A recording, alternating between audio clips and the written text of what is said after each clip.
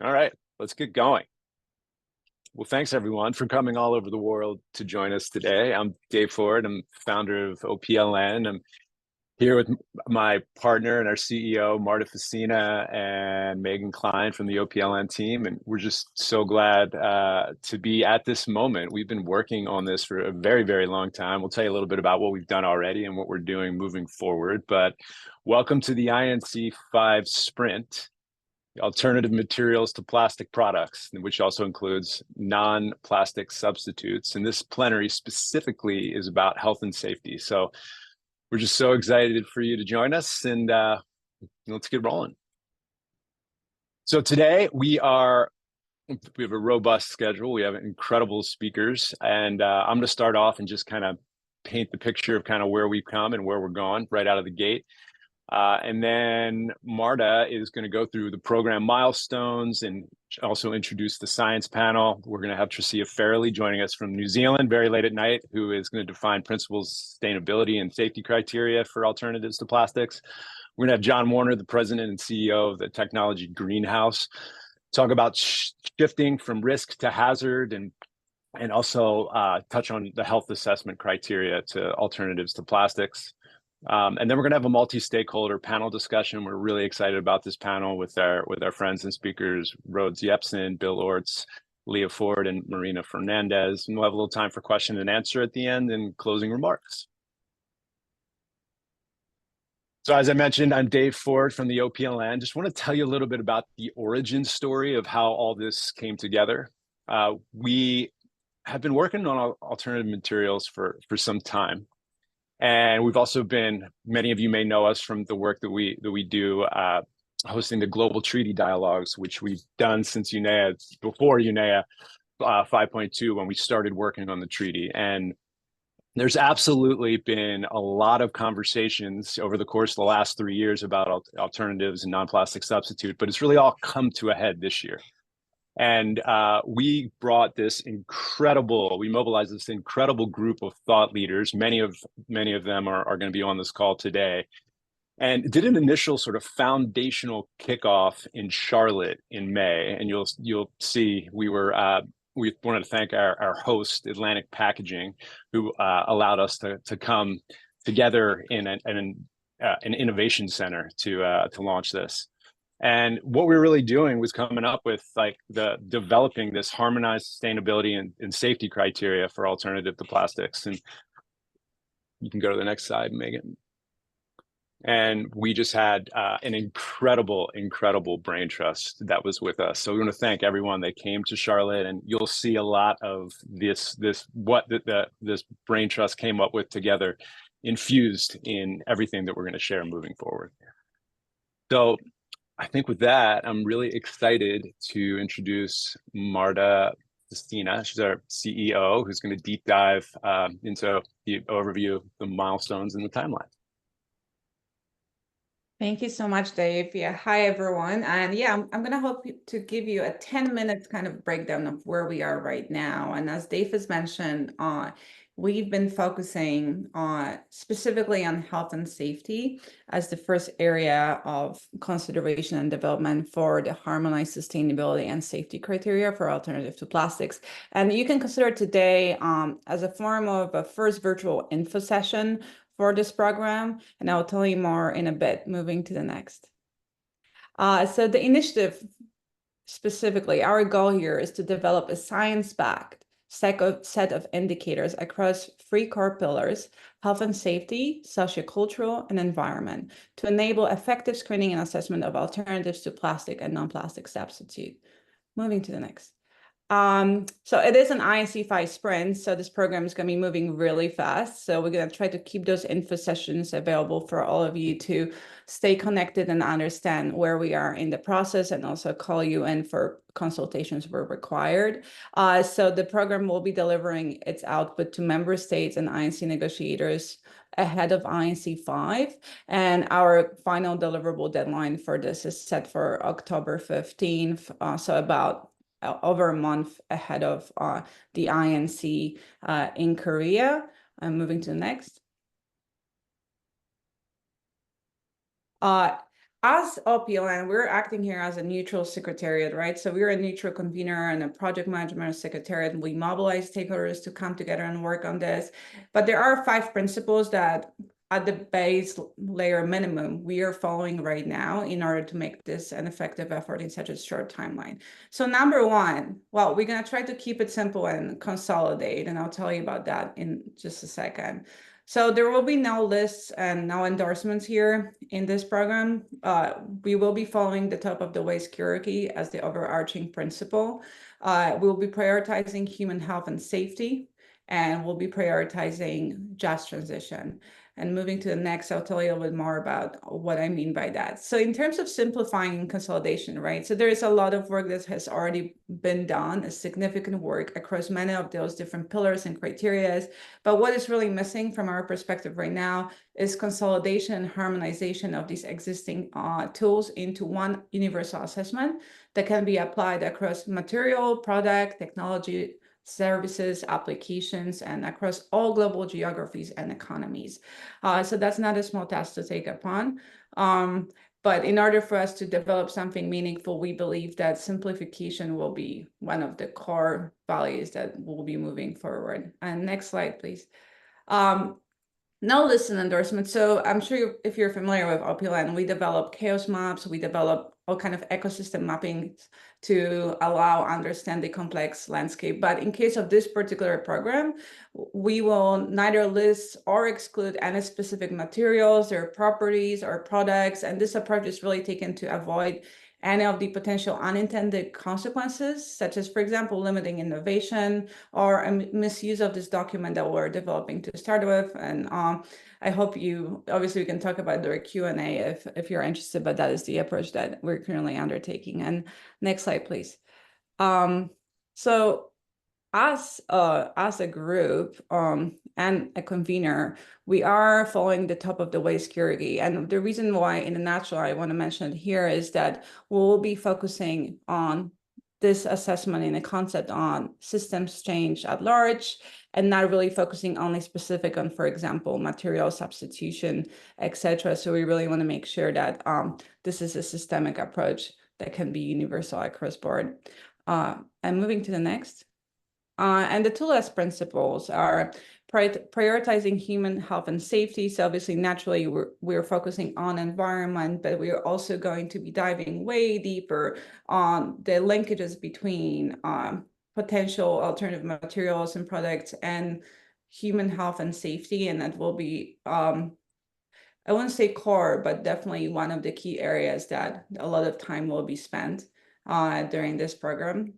And naturally, just transition always and as usual will be definitely a part of our assessment and considerations that as neutral secretariat, we will be taking into considerations as this program develops. Moving next. Okay, so in terms of work output, so we want to give you some sense of an idea of what to expect of what's coming in the short term frame. So we will be developing overarching guiding principles for harmonized criteria for alternatives to plastics and non-plastic substitutes. And we will be then diving into specific categories of indicators, right? So those are health and safety, sociocultural, and environment. There's obviously way more out there. And we do understand that those categories are intertwined and some of these indicators can have very specific linkages. But in order to, like I said, keep it simple, we're gonna keep it simple.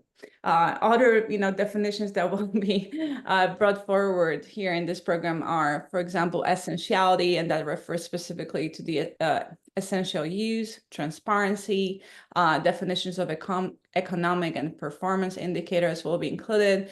And like I said earlier, this will be published in a white paper format by October 15th, our final output. And I'll tell you in a second how all of you will get a likely chance to be part of some of the consultations. And obviously, please note that these indicators and consideration are not exhaustive. So naturally, they will evolve and will be molded and formed by the independent scientists and the advisory group that I will introduce you shortly. Next slide, please. All right, so looking at the time frame, that always makes me stressful. But July for us has been spent on formalization of working groups, specifically the main one that we are working with right now that we'll introduce shortly, and then development of the overarching principles. We also have held scientist and advisory workshops, and today we're hosting the plenary info session for all of you to kind of get up to date with what's happening with the program.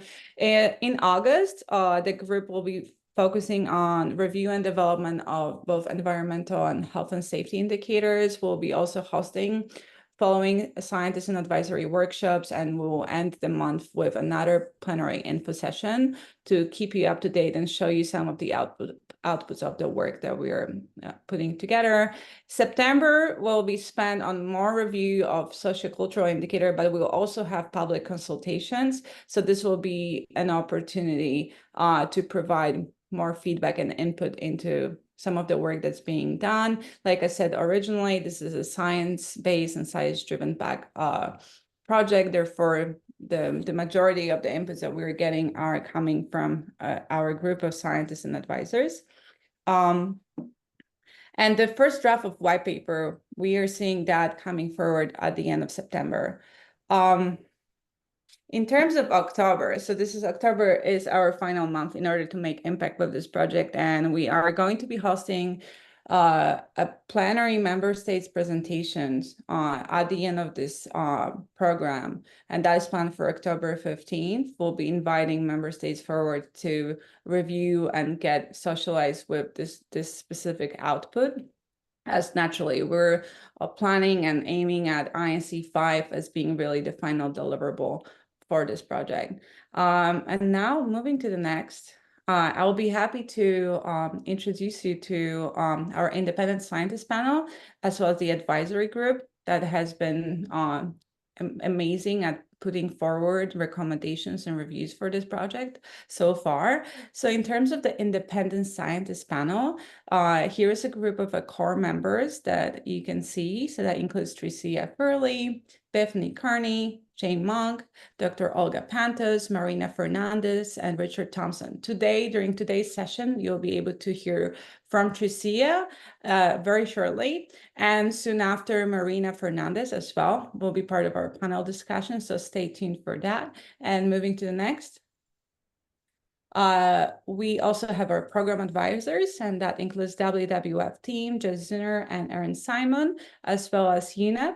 Laurent Milay-Canal, who was actually part of our session in Charlotte, is one of the advisors of OPLN and advisors specifically to this program. Sean Sutherland, another incredible contributors, John Warner, from whom you're going to hear shortly, and Rose Ibsen, from whom you're also going to hear shortly soon in our panel discussion. So summing up on program advisory and our independent scientist panel, so this is a core group. In terms of observer members and scientists, this will be actually significantly expanded. What I mean by that is we'll be also receiving inputs and suggestions and reviews from different scientists as it comes in relevant to the areas of expertise or a particular area that needs to be further developed. So consider this a core member leadership group, but not limited to inputs of others. And I'm sure Tricia will have some thoughts on that too. And on that note, we can move to the next, and we'll introduce Professor Tricia Furley, who will be speaking with us today and giving us her point of view and perspective on guiding principles and approaches to sustainability and safety criteria for alternatives to plastic. Tricia, hope we have you here. You can hear as well. Thanks, Marta. Yeah, I'm here early in the morning, but I'm here. I'm almost here. Good to see everybody. Thank you for the introduction, Marta, and really excited to see where OPLN have come to with this sprint so far. It's at least the framing of it is looking really good from the perspective of the Scientist Coalition. So I will be speaking from my position as one of the three co-coordinators of the Scientist Coalition for an Effective Plastics Treaty, body of almost 400 independent scientists who've been involved in this global plastics treaty process since the beginning. Next slide, please. Thank you. Okay, so very much in line with the way that Marta has presented the project overall, the principles and approaches that the Scientists Coalition take to this work in general, to the Global Plastics Treaty work, is based on the following list of sort of priorities, approaches, and principles. And I'm going to be speaking to all of these and a couple more actually in the presentation. So the first one actually I'm going to speak to is to the waste hierarchy. So next slide, please. So this looks very much like a picture we've just seen, and it's very important to us to ensure that we're not talking about just replacing one material, one plastic for another kind of plastic. For example, a conventional fossil fuel-based plastic in this project with an alternative plastic, or even another material in some cases. So it's very important to us to push the process up the waste hierarchy to redesign, including systems redesign. So different systems and maybe even material-free or plastic-free delivery systems, for example, rather than going straight to another material. So this is something that we will be thinking about very carefully when we're looking at criteria and we're thinking about indicators and so on through this process. Next slide, thanks. So before I get into the essential use concept, something also that I just wanted to mention briefly here too is that the full life cycle approach is going to be very important as well. And for the Scientists Coalition, the full life cycle approach is everything along the plastics life cycle or supply chain, right from extraction actually. So the extraction of the feedstocks used to produce materials, that's plastics, plastic alternatives and substitutes. So extraction all the way through sort of production, manufacture, use, waste management, and also through to removal of waste from the environment where that's still possible, and the remediation of contaminated sites. So we're still also talking about legacy plastics as a Scientists Coalition when we're thinking about full life cycle. And we're thinking of producing or designing or considering alternative plastics and substitutes. We need to bear in mind the full life cycle in our criteria. But for this one here, this one helps us, this slide on essential use concept. This is something that comes from the Montreal Protocol, actually. And in the essential use concept, the idea is that we are ensuring that, that the product is essential first before we move on to anything else. It considers the use of a chemical or in fact a product as well, whether it's necessary for health or safety, or it's critical for the functioning of society, and that there are no acceptable alternatives. And this helps us with simplification that Marta mentioned also earlier. So the European Commission's criteria specifies that for harmful substances deemed necessary for society, conditions should be set to minimize exposure of people and the environment. Essentiality has been used again in Montreal Protocol, usually for chemicals, but it has real potential here to be applied to plastic products. And I just wanted to say too that when we're thinking about plastic products, we need to consider the whole product, so the hazardousness of the whole product, and not just its constituent parts. And we'll be talking about hazard-based in a moment. And I know that we also have a presentation specifically applied to that, so I won't go into that in too much detail. The problem, however, with the essential use concept is it is quite open for interpretation. So the application of this concept is really only effective if we have a clear criteria for this. And it's only really effective if the protection of people's health, so safety, health safety, and the safety of the environment are prioritised. What makes a chemical or a plastic product necessary for health or safety, or to determine whether it's critical for society, currently is defined too broadly, as I say, leaving quite ample room for competing interpretations. And of similar concern is the proposed use and definition of the term acceptable when talking about available alternatives. And this is, I think, where this project is just so important, because it needs to leave no door open for interpretation that would leave space for regrettable substitutes and alternatives. Next slide, please.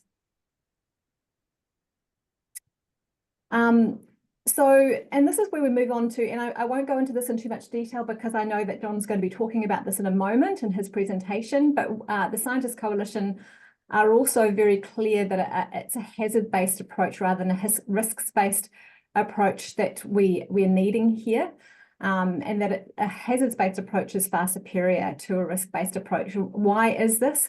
A hazard-based approach is the potential to cause harm, and in the case of plastics, materials, products, and chemicals, this includes both toxicity of the chemicals and the micro nanoplastics and physical harms such as entanglement, injury, and damage to infrastructure, to wildlife, and so on from larger plastic items as well. A risk-based approach, in contrast, incorporates hazard-based potential together with exposure to determine acceptable levels of pollution. But as data regarding exposure of both humans and the environment to products, particles, and chemicals in many cases are severely lacking, these risk-based assessments become more uncertain, more time-consuming and expensive, and therefore unfeasible within an appropriate timeline. And this is a sprint as well, but also, you know, in terms of the urgency of the problem, we need to make sure that we're being really effective. I'll just use an example. The 16,000 plastic chemicals that we find in plastics, those are going to be almost impossible to measure the exposure to each and every one of them in so many applications. So therefore, following a hazard-based testing of products is rather ideal. Next slide, thank you. So the precautionary approach is another approach that's important to us as well. And there is some talk about precautionary approach. Sorry, we're adhering here to the precautionary principle rather than the approach. We're hearing a lot of talk at the moment in the Global Plastics Treaty negotiations and the expert group intercessionals about approach, but it's important to us that it's the principle that we're talking about here. Why? Because really the principle provides more of a legal status as a way of addressing the hazards-based approach we've been talking about. Next slide, thank you. We need also to talk here about sustainability in terms of its full spectrum. If we're talking about the pillars, we need to make sure that we're balancing environmental sustainability, social sustainability, ecological sustainability, but also the principles. And there are 10 of them here under the under the United Nations Global Compact. And we had to make sure that we are looking at all of these. And if we move to the next slide, thank you.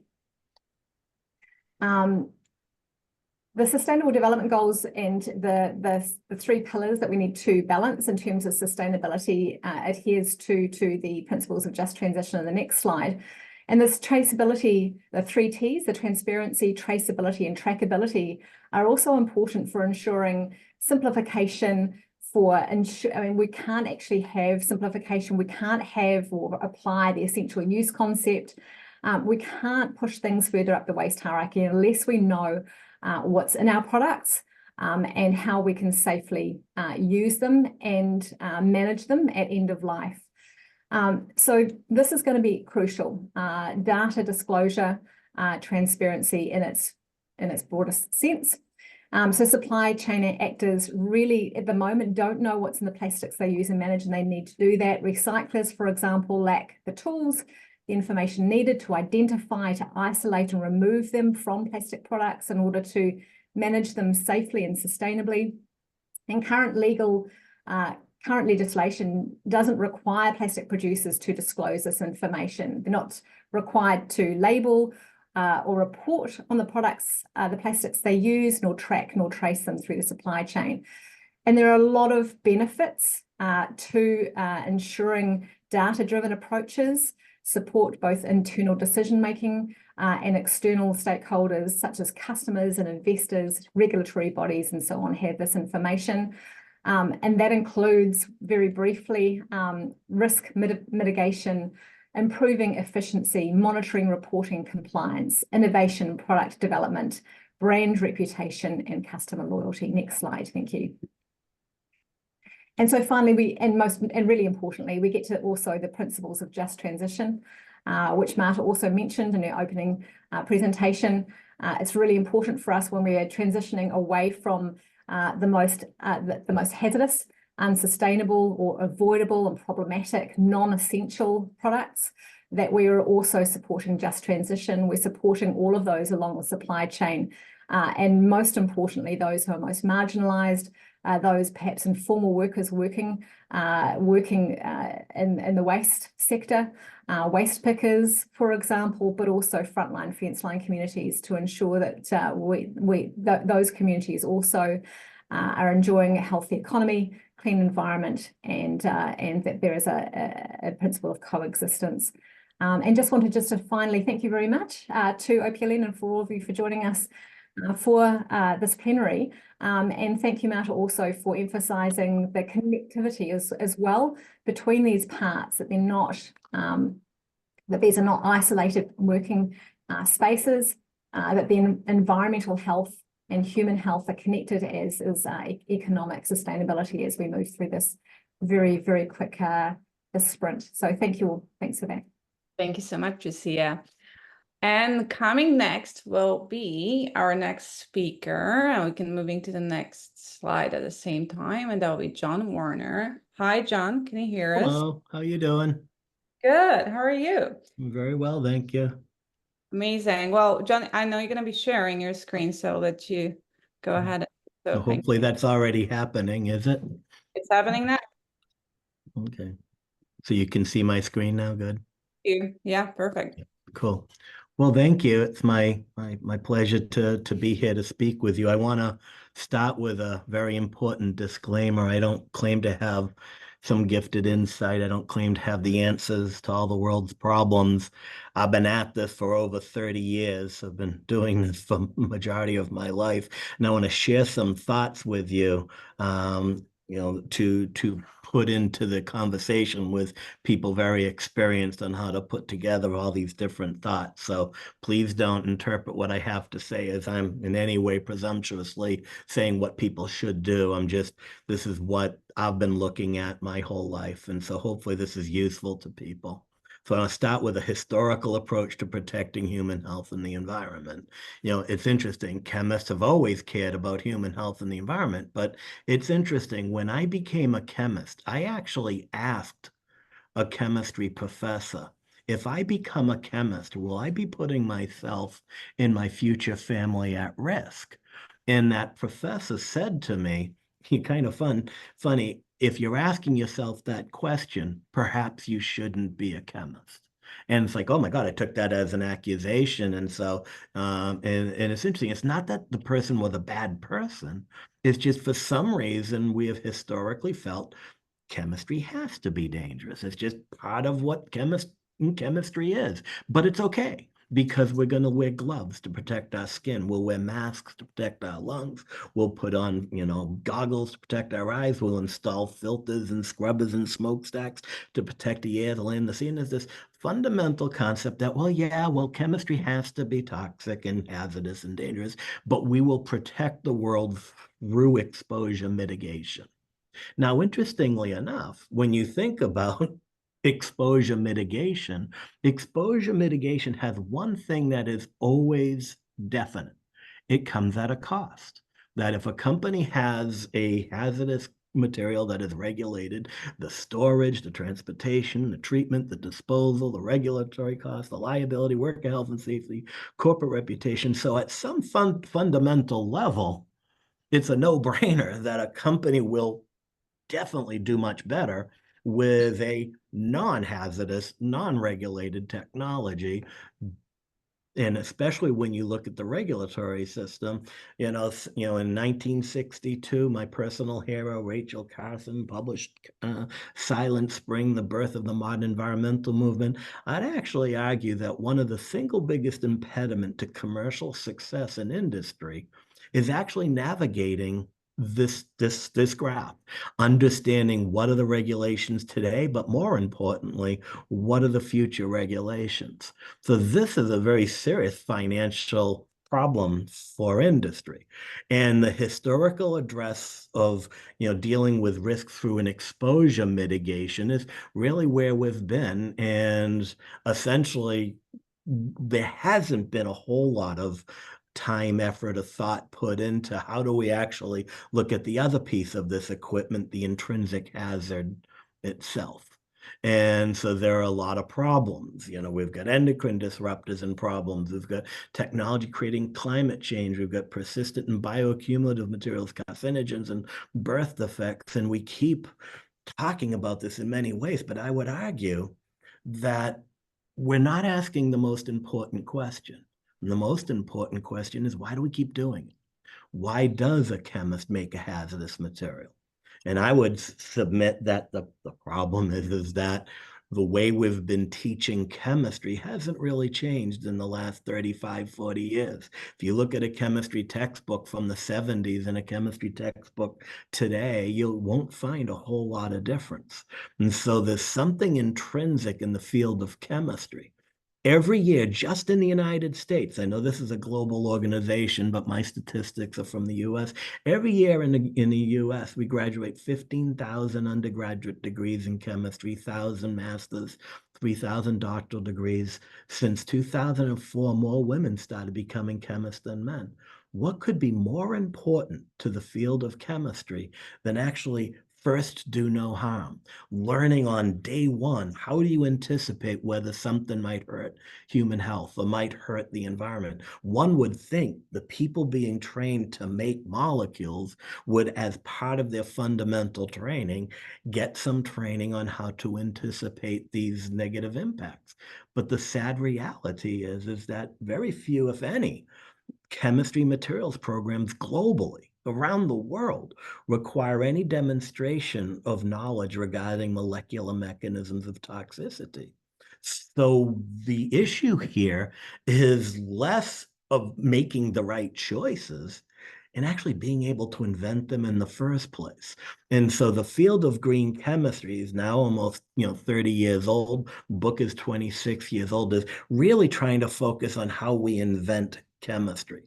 I can wish that I could play the violin, but if I don't take lessons and learn how to play the violin, all the wishing and demanding isn't going to change. And I feel when it comes to sustainable non-toxic technologies, it's not getting the chemist to want to do it.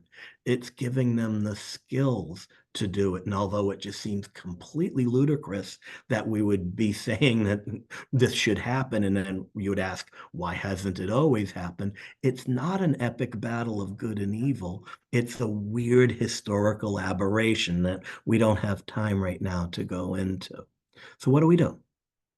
So a few years ago, the editors of Nature said, okay, John, so give some thought to this. And so I wrote this article, and there's pieces of this. And like I said, I've been at this for a long time. Please, again, not presuming that I'm correct. It's just a perspective I want to have, people consider and reject if you want.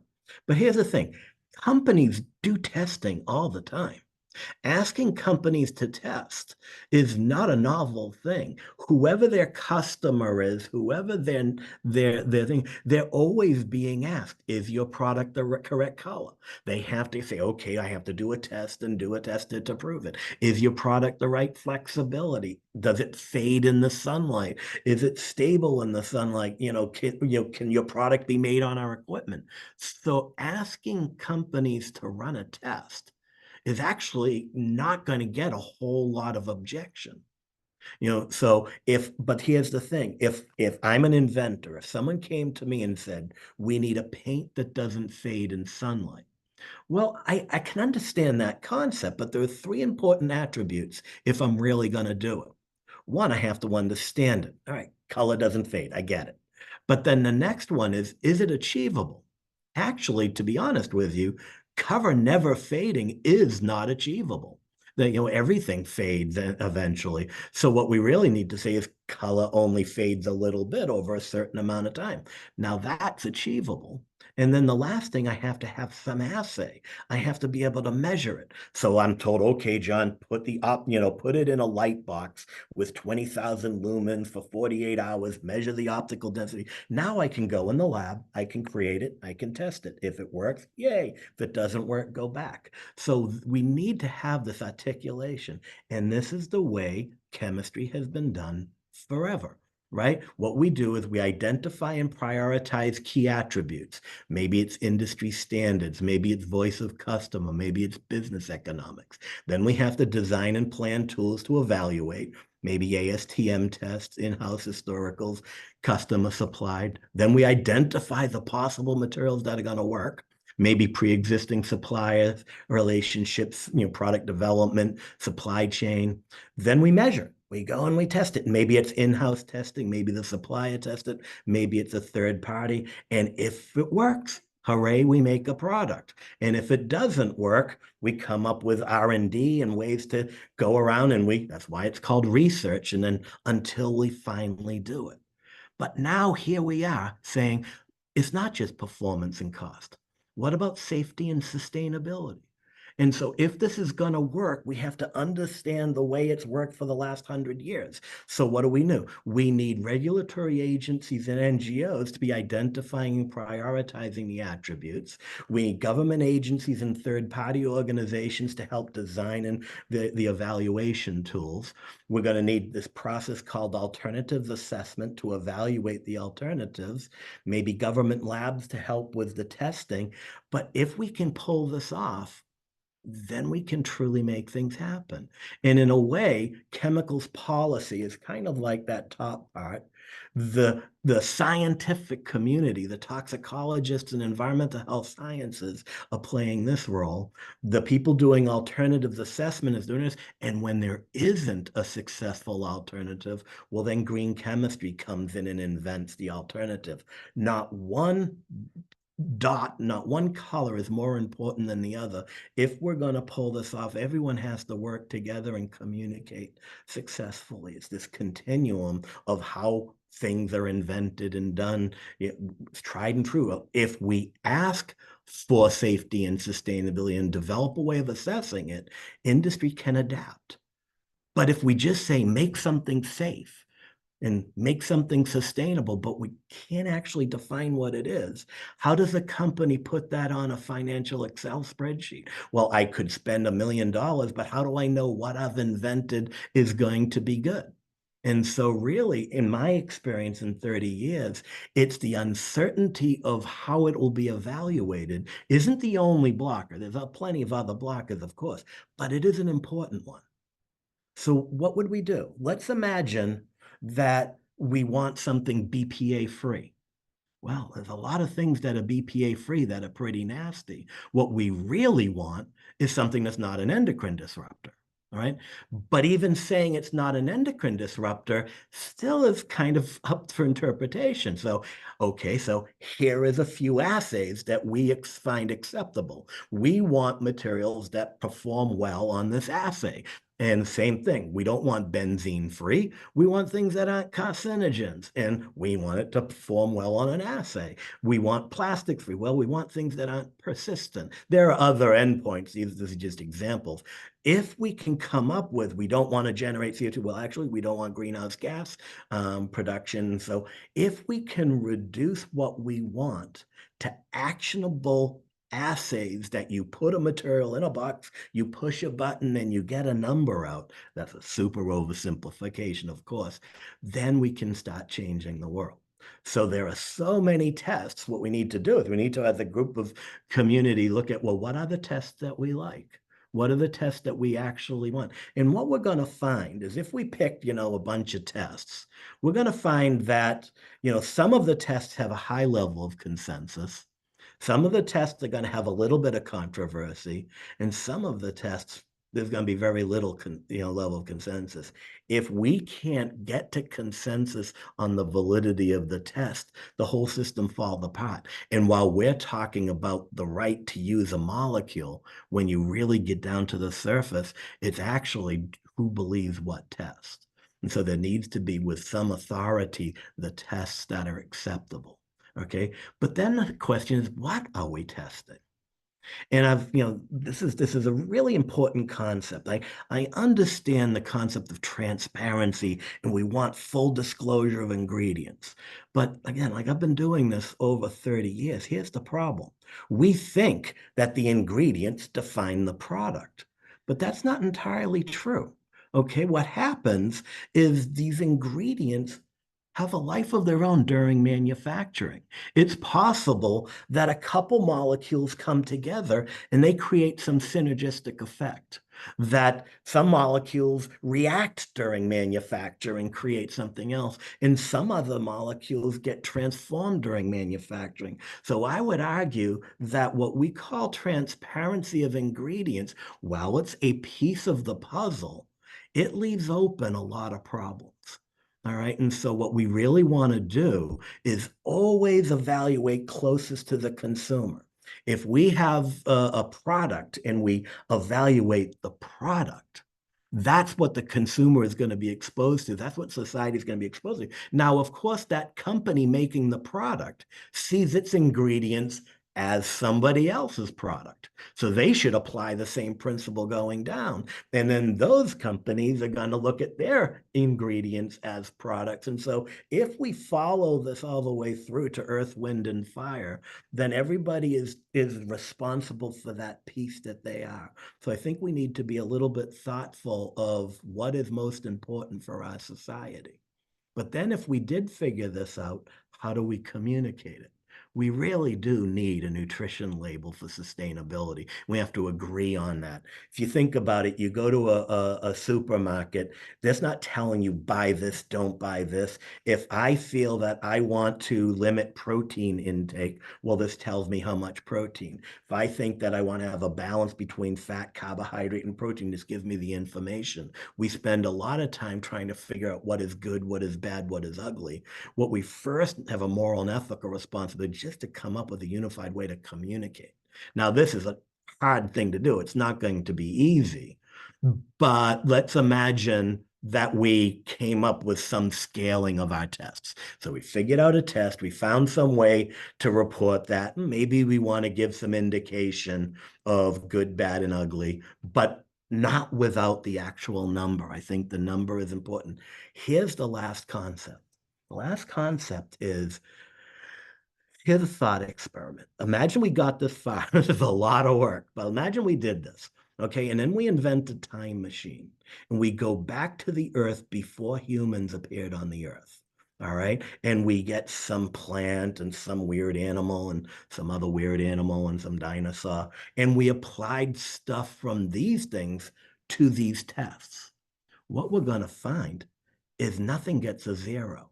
And is our society prepared to understand that there's almost never a zero, and that we're always going to be having some, because these tests are usually on a logarithmic scale that if we perpetually demand zero, and zero is almost impossible to achieve, then we're never going to accept any, so we have to understand this concept. So my summary is that we always need to start with the assessment of intrinsic properties.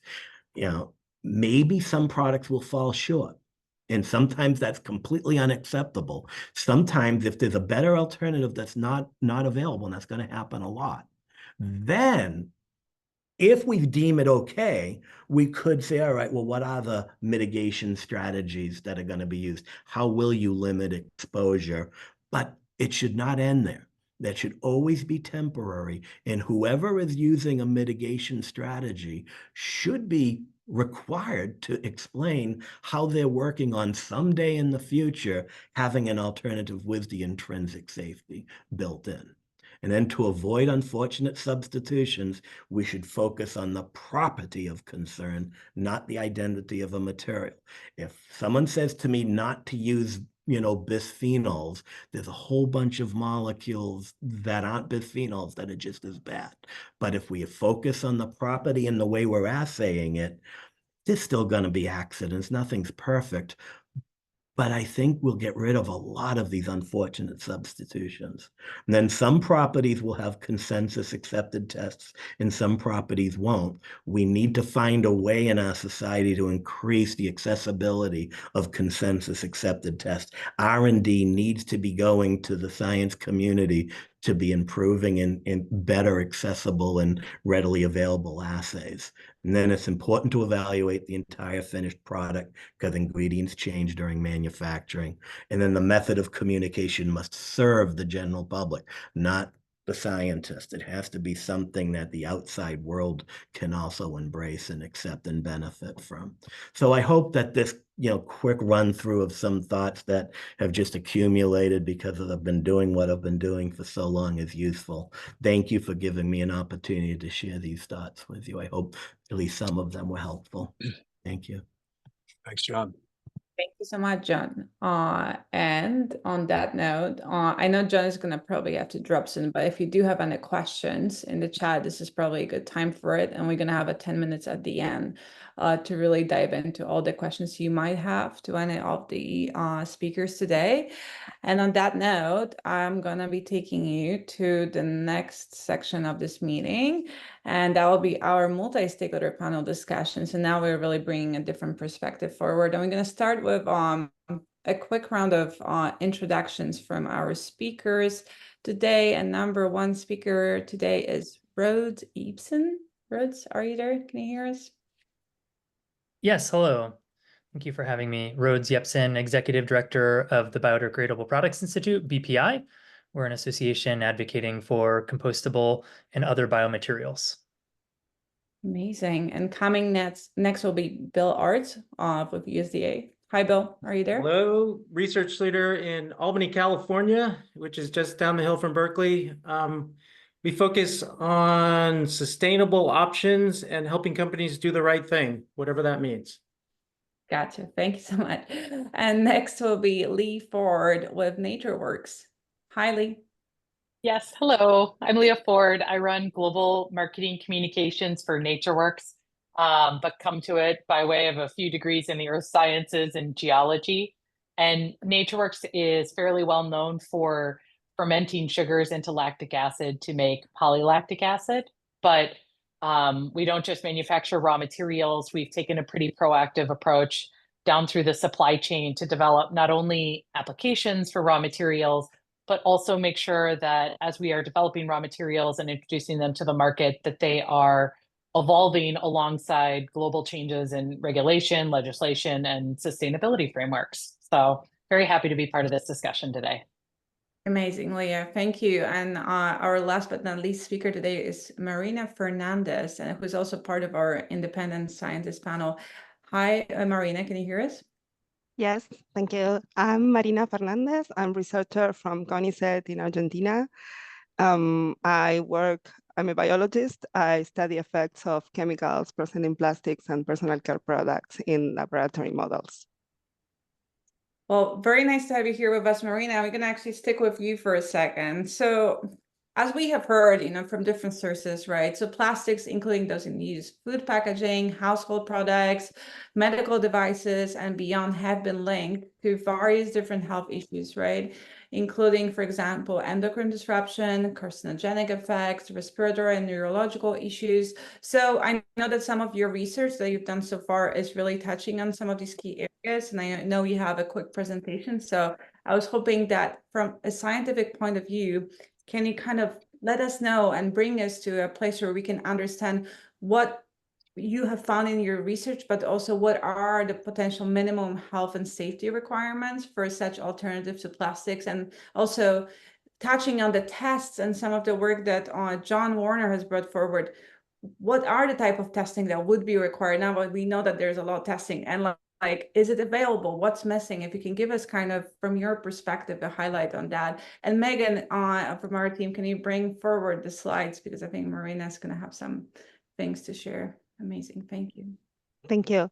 First, to answer quickly those questions, I'm going to show a little bit of the things that I do in the sphere of chemicals as, plastics as sources of endocrine disrupting chemicals. And the thing is that there are a lot of tests that are already available to test for safety, carcinogenicity, reproductive toxicity, and so forth. But also, there are some other tests that can be incorporated. And I'm going to talk a little bit about that because there are a lot of things that we people in the lab do that are not used as regulatory testing. So if you want to use the other slide, please. So basically, we know that plastics are composed by chemicals, and that this is something that we've already heard about. We have monomers, additives, and processing aids that are chemicals. Then the monomers form polymers, these form plastics. And also we have the non-intentionally added substances that can be incorporated to these plastics or plastic products. Next, please. In this report, we already saw that we have about 13,000 chemicals used in plastics. Only a little bit of them are regulated internationally by the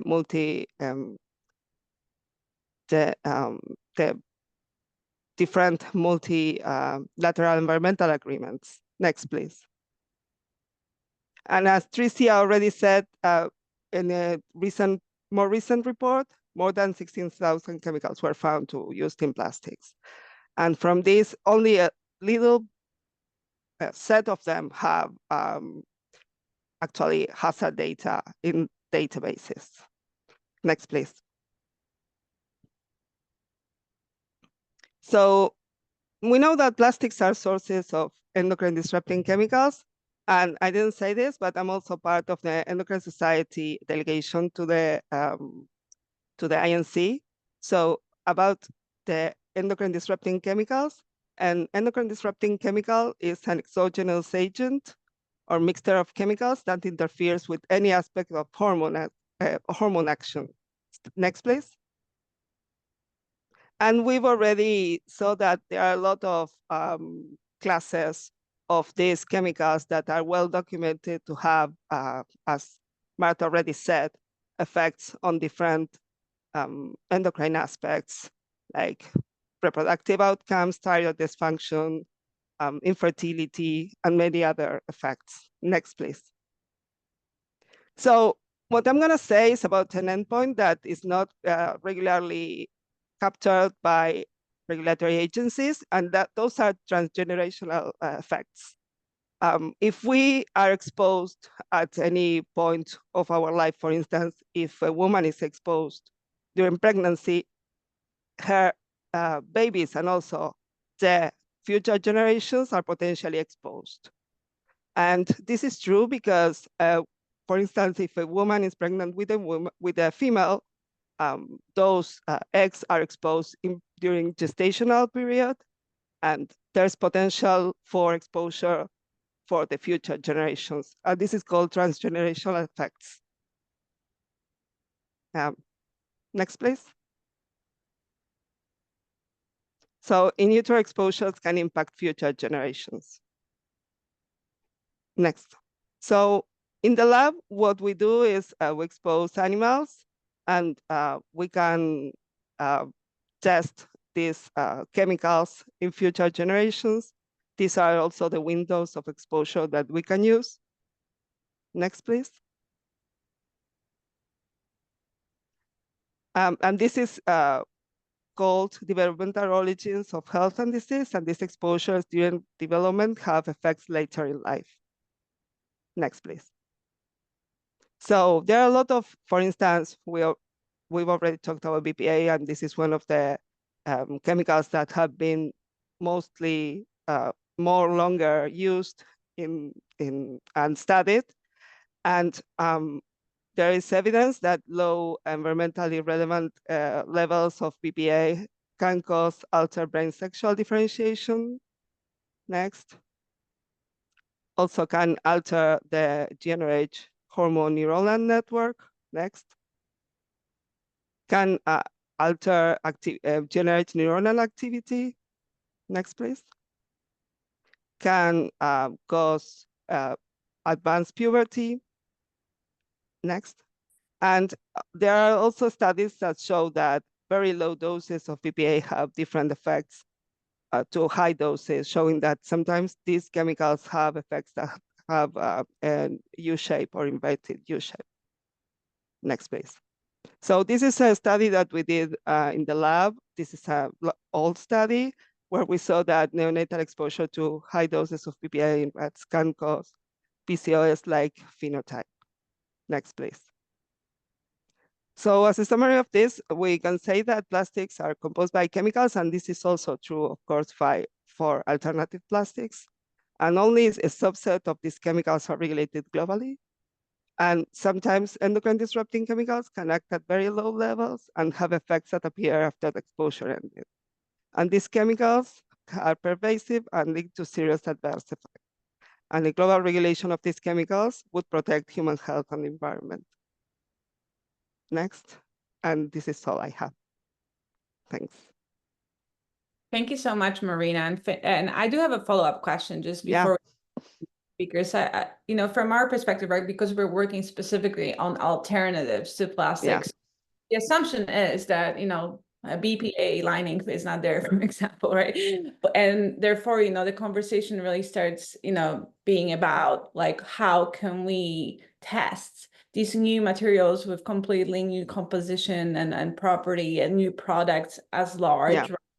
So what would be kind of your recommendations and requirements for looking at not repeating those mistakes, knowing that there will be a new potential BPAs out there that we might not know yet, and how do we, you know, mitigate that risk and move to like kind of, you know, mitigate the systems change and the shift, right, from this risk to hazard. That's a little hazard data. Hazard has been, you know, a keyword that's been popping through the discussion. So if you can give us some of those insights, that would be really helpful. So I would say that in any alternative that I would use, I would incorporate the tests that have been proven to be used for the other plastics. Or for instance, if you are talking about alternative plastics, I would do the same as to fossil fuel plastics. Because even, for instance, if you think, I mean, that is something that I've been trying to talk with. I mean, there are a lot of companies that are doing here too, bio-based, for instance. And I actually have a conversation pending with one of these companies saying, okay, so you're producing this product, and then do you know, do you sell it to someone else? And then do you know how this new resource is used? So if chemicals similar to the regular plastics or fossil fuel plastics are used, then it's going to be the same. We will have the same issue. We will have to test the same things for these new products. So to me, there's a lot of space for conversation in this area. And that is something that I've been trying to do too. I mean, talking with the companies that are doing the alternatives to see how they are testing the things at the moment, and to see how we can improve their testing. For instance, I'm also developing some alternative tests for carcinogenicity, trying to develop with a colleague. And so that is also something that can be used by companies to test their new products. Well, thank you so much, Marina. I actually have a lot more questions. I could just move to no problem. Everyone, so you know, we can do this on another occasion as well. But moving on to my next panelist today, and I hope you guys will get a chance to chat all together in a second. So Bill Art with USDA. Hi, Bill. Hello. Hi. So you are leading a team at the USDA. So my understanding is that it's focused on strategies for transitions to kind of all things bio. It's biofuel, bioproducts, bioenergies, and others, right? So could you tell us from your perspective and your team's perspective when you're evaluating the new potential solutions, so-called powerful alternatives as well. Like, what are your best practices, or what do you think about in terms of health and safety impacts, and also what gaps should be addressed in that area? Would really appreciate your inputs on that as well. All right. I'm going to answer the question a little broader, because another hat I wear is also an educator. So I'm one of the technical directors, Berkeley Center for Green Chemistry. It's where we get our best students. And we've been following the ideas and practices both of John Warner and use his textbook and his wife's curriculum, because we felt it was really unconscionable to bring out chemists without any idea of environmental toxicology and without an idea of what a life cycle analysis is. And then at the USDA, we get to put those ideas to practice and even hire those students we educated to work with companies, and we've been doing it for 25 years, on doing the right thing, as doing the right thing changes scope. The thing we've been working on the most over the last 20 years, so there's lots of plastics out there. Plastics are a big part of our lives. They save lives, medical plastics. They're part of car parts and computer casings. What we've mostly focused on is the 40% of single-use plastics. All right, 40% of the plastics go to single use, where a customer might have a 5-minute, 5-day, but not a 5-year relationship. And most single-use plastics are over-designed, way over-designed. And so what we've been focusing on is, can we minimize single-use plastics? All right. Instead of putting your apples in a big plastic bag, can you just use the Apple lookup stickers, and consumers can buy an individual apple and put it in their canvas tote bag, take it home? Reduce, that's the big one. As we've been at this, we have noticed, everybody noticed that microplastics showed up, okay? Microplastics is a slightly dangerous word. What we would prefer people to say is persistent microplastics. Okay, because so what we've been looking at is almost every plastic we have ever dealt with will go through a stage in which it hits that size range where you call it a microplastic, every plastic you use. So it reminds you of sizes. If things get smaller, like 1 fraction of a millimeter, about 1/10 of a millimeter, we start calling it a microplastic. If it gets 1,000-fold smaller and you need a microscope, it's a nanoplastic. Why are we saying that? A lot of press when it was discovered that microplastics and nanoplastics ends up in your testicles, males. The bigger one is it ends up in most mammals, most human beings. You have microplastics in you. So the biggest question, and the companies we work with, been doing it for about 10 years, what plastics and what additives, knowing you're going to have a microplastic take up, and it's going to hit a scale that might cross the blood barrier into your brain and other organs, what plastics do you want to have inherent in your body? And when you ask that, just that perverse little question, you get different answers from folks. Would you rather have a polyacrylamide, a vinyl chloride, or would you rather have some of these biopolymers that we've used as absorbable sutures? So most of the natural polymers, PHA made by bacteria, PLA, caprolactones, wood-based, cellulose-based, starch-based plastics, chitosan, they are absorbable. And though they go through the microplastic stage, they do not stay as persistent microplastics. So that's a big array of, that's strategy 1, minimize nasty plastics.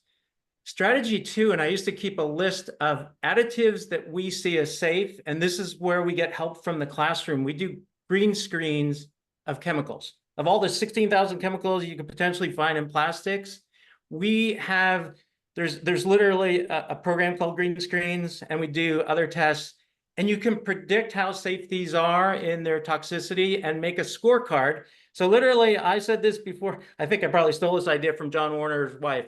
We need nutrition labels for different chemicals, right? We literally can say, what are the chances it's going to be persistent? What's its life cycle? Where did it come from?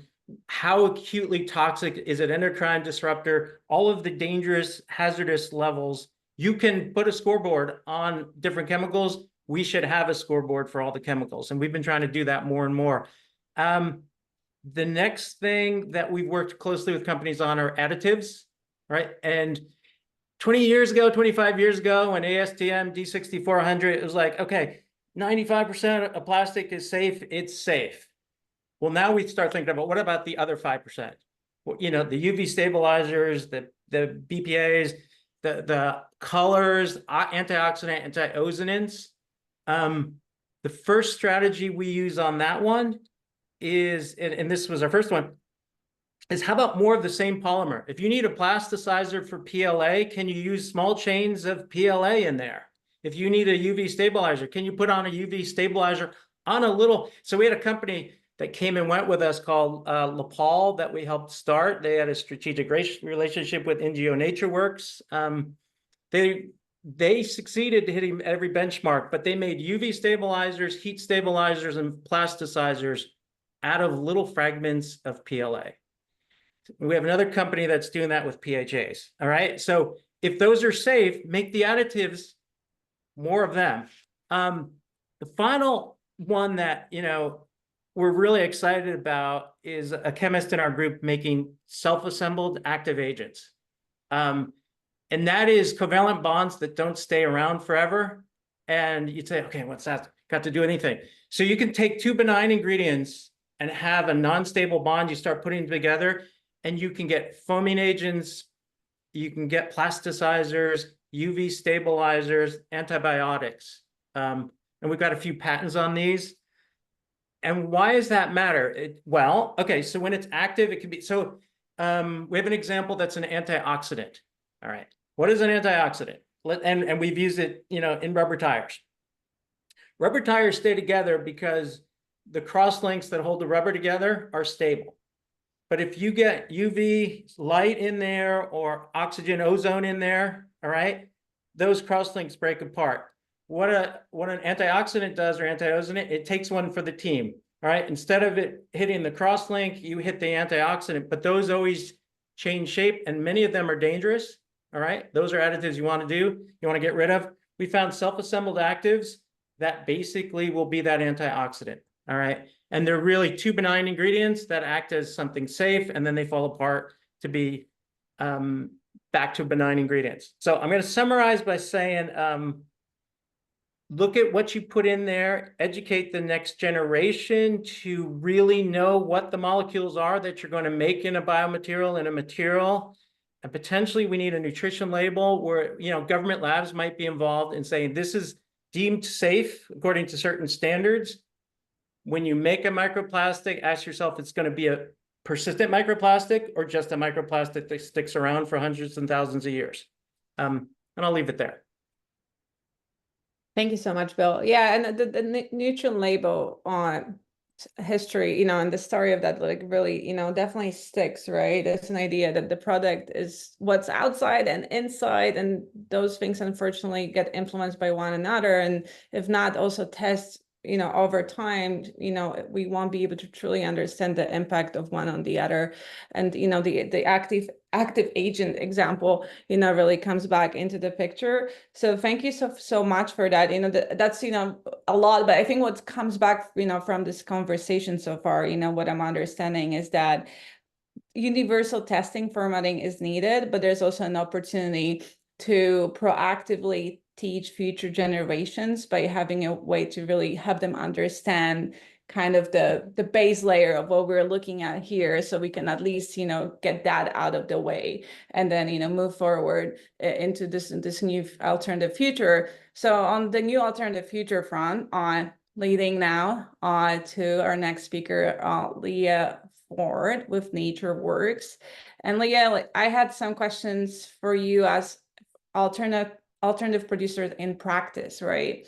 What is your company's specifically approach to elevating health and safety concerns? You know, what are you guys doing? Like, tell us, you know, how does that work in practice? How you guys are handling this issue specifically?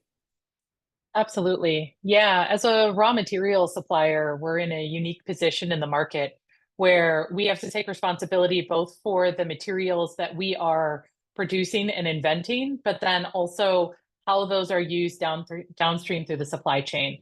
So for sure, it starts internally with our approach and a commitment to using principles of green chemistry, ensuring that we are always looking at our materials through the newest regulations, certifications, and sustainability metrics. Because when we first started manufacturing in 2002, it was a very different world when you looked at the impact of plastics, safety of materials, the things we know now about BPA, PFAS, all of these chemicals were not part of any conversation back when we got started manufacturing. And while we never used or needed those materials, rightfully so, as people became familiar with them and the impacts, the question comes back to an alternative materials producer. Well, is there something else in your product? How is your product made? What goes into it? And we get more and more detailed questions. And so it's important that we're not only committed to designing the right materials, but that transparency is always a part of that process. Because even the things we're asked to disclose today will be different than what we're going to be asked in 3 years and 5 years. And so we always have to keep in mind that whatever we're doing, we need to be as transparent as possible. And then on top of that, we need a third-party approach. Like we need certifications and assessments that we can design to.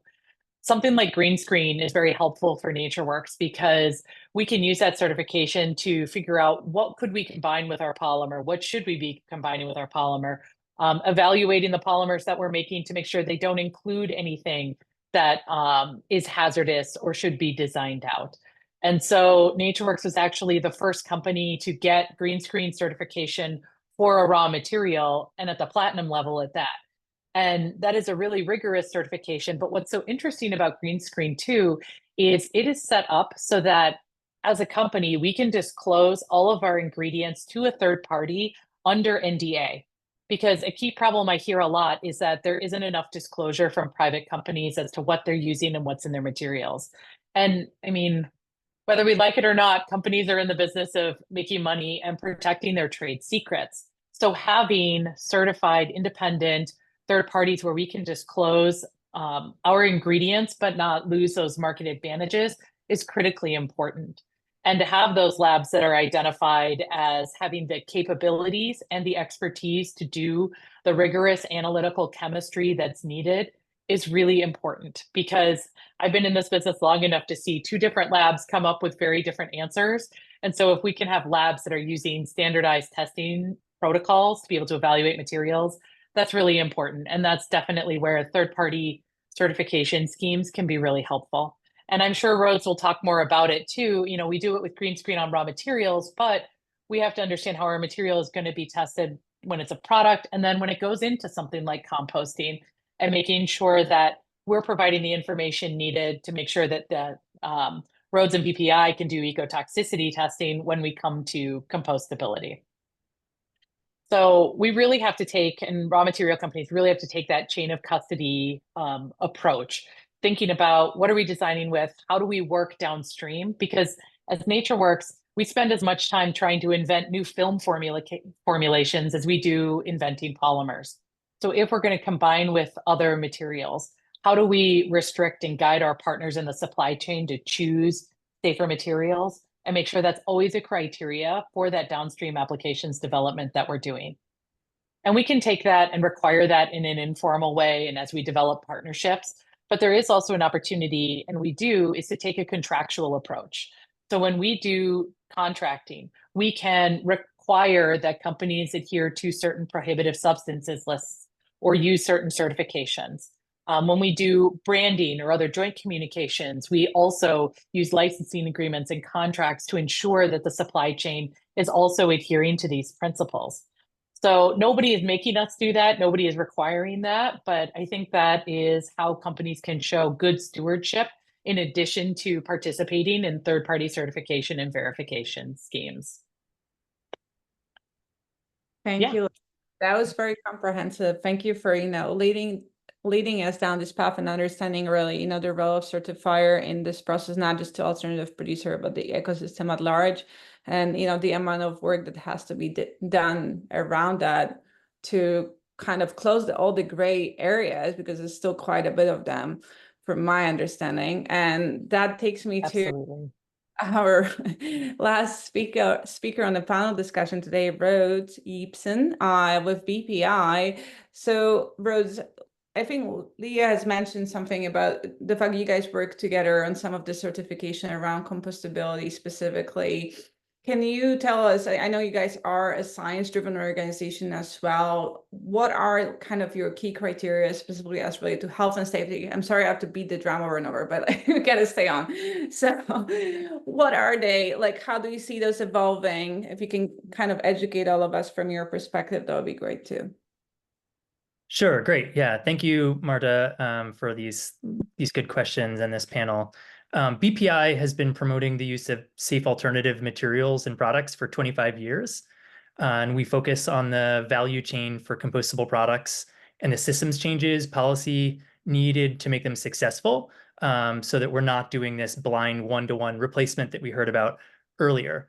And also, I think, looking at the comments in the chat, I think it's important to note that our work includes biopolymers as well as paper and natural fibers. It's material neutral when we're talking about compostability and biomaterials. At the core is BPI's certification, which is a science-based verification of claims for compostability, which has transparent criteria that are public on our website, built on ASTM standard specifications. These standards focus on environmental health and safety primarily, and outline required standardized tests with pass-fail criteria. For instance, one of the core tests is biodegradation in compost, which is a test to measure the ability of the organic carbon in the material to be consumed by microorganisms in a compost environment so that it won't accumulate in nature. There also includes tests on plant toxicity and restrictions on heavy metals to ensure that there isn't a negative impact on the quality of the finished compost.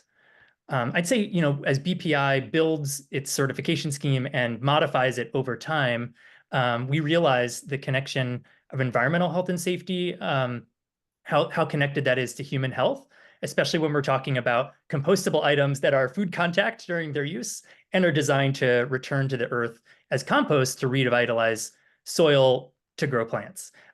So I would say, yes, our certification is a good example of one that has been following the model of continuous improvement, with compostable products is a good example of how to test and design criteria and how those can be used by companies to successfully develop alternatives. An example would be, although it kind of contradicts one of John's examples, was a BPI certification rule prohibiting the use of fluorinated chemicals like PFAS back in 2017 ahead of regulations, along with a short time frame for phase out.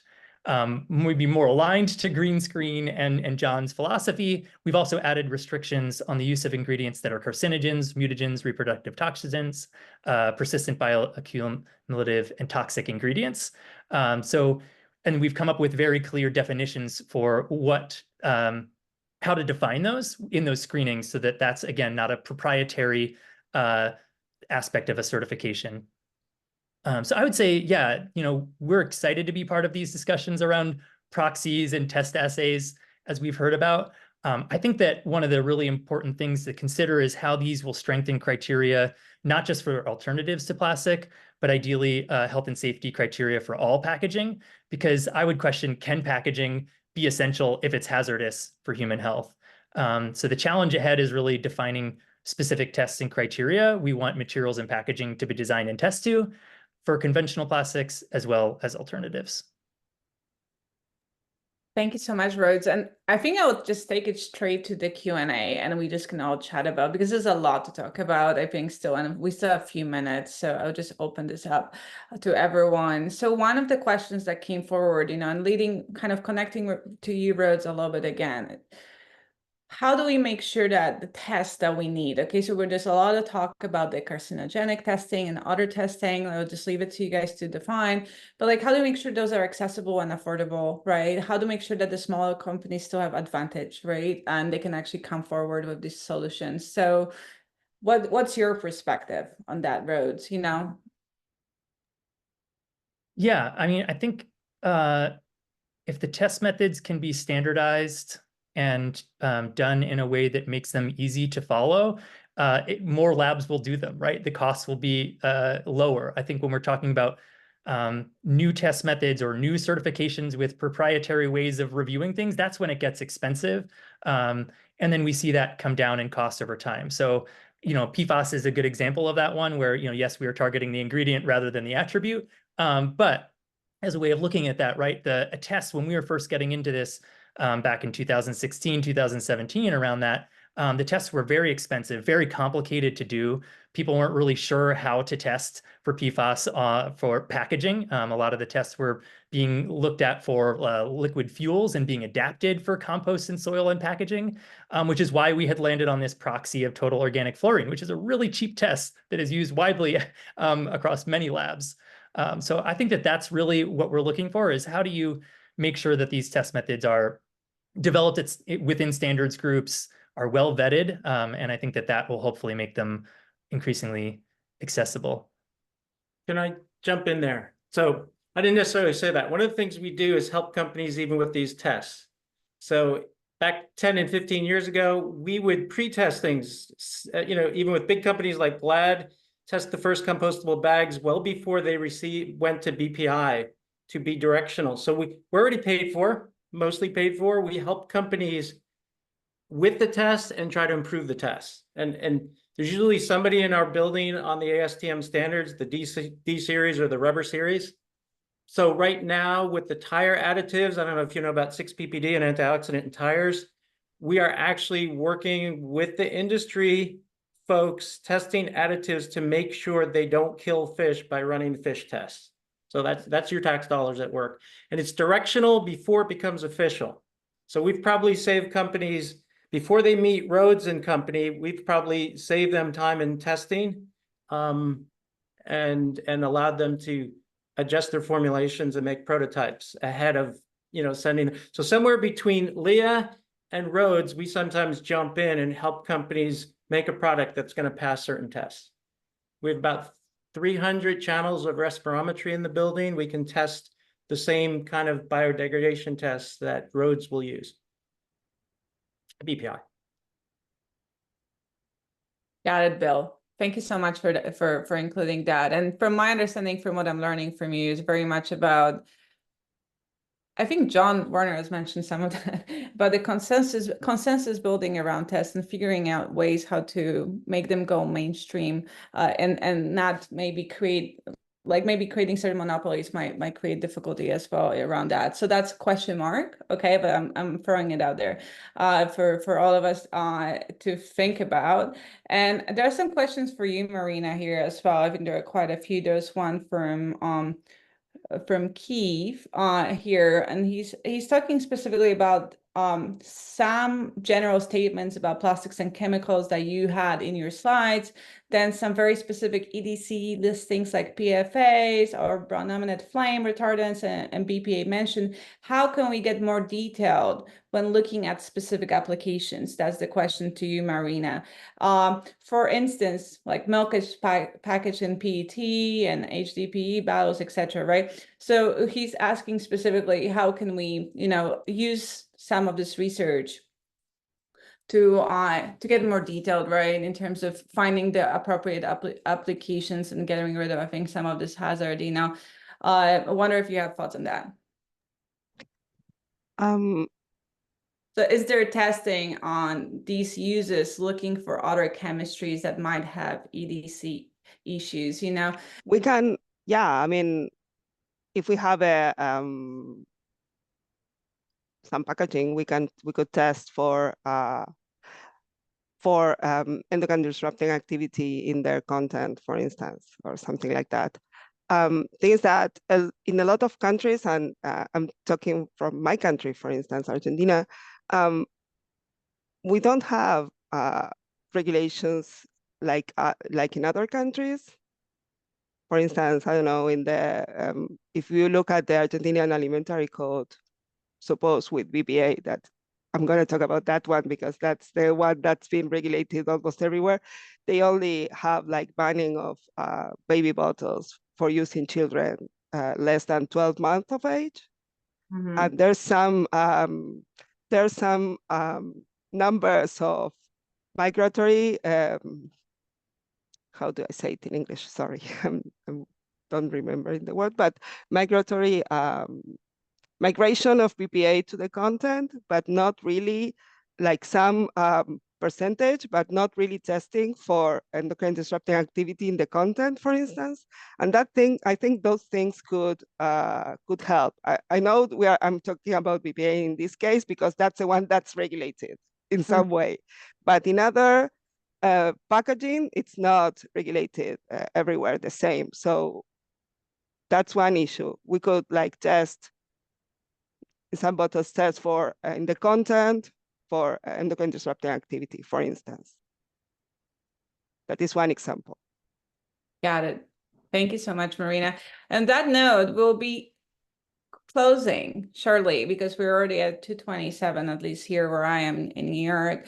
So I want to thank you all for taking the time to join us today. This is the first info session for the plenary of our effort on building the harmonized criteria for alternatives to plastic and non-plastic substitutes. So you're definitely going to hear from us again. And next time we're going to have some input from the work that's being done, shared. And so you can expect to hear back from us at the end of August. Thank you so much. It was really helpful. And I think we're going to be shortly closing. Dave, do you have anything to jump in here with? Hi, everybody. Yeah.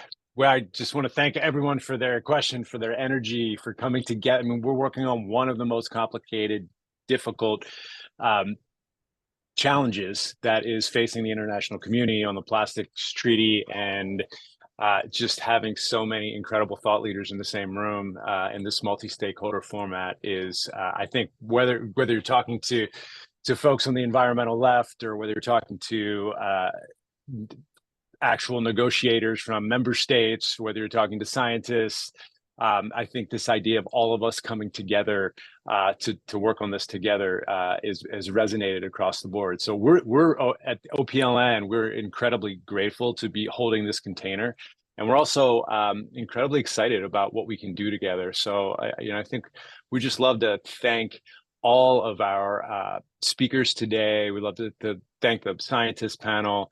We'd love to thank our advisors, and we'd absolutely like to thank each and every one of you for coming and spending the last 90 minutes with us. And we're just really excited about this journey that Marta laid out earlier, leading into INC-5. So I just want to say that we are here. Please feel free to reach out to us. The idea is this is a collaborative effort, and we just want to do everything that we can to make sure that all voices are heard and that what we can come up with can really make a difference in the UN process, leaning into INC-5 and beyond. So on behalf of Marta, Megan, the entire OPLN team, we would just like to say thank you so much for your time today and just really appreciate it. Yeah, thank you, everyone. Thank you, everyone. We'll be in touch soon.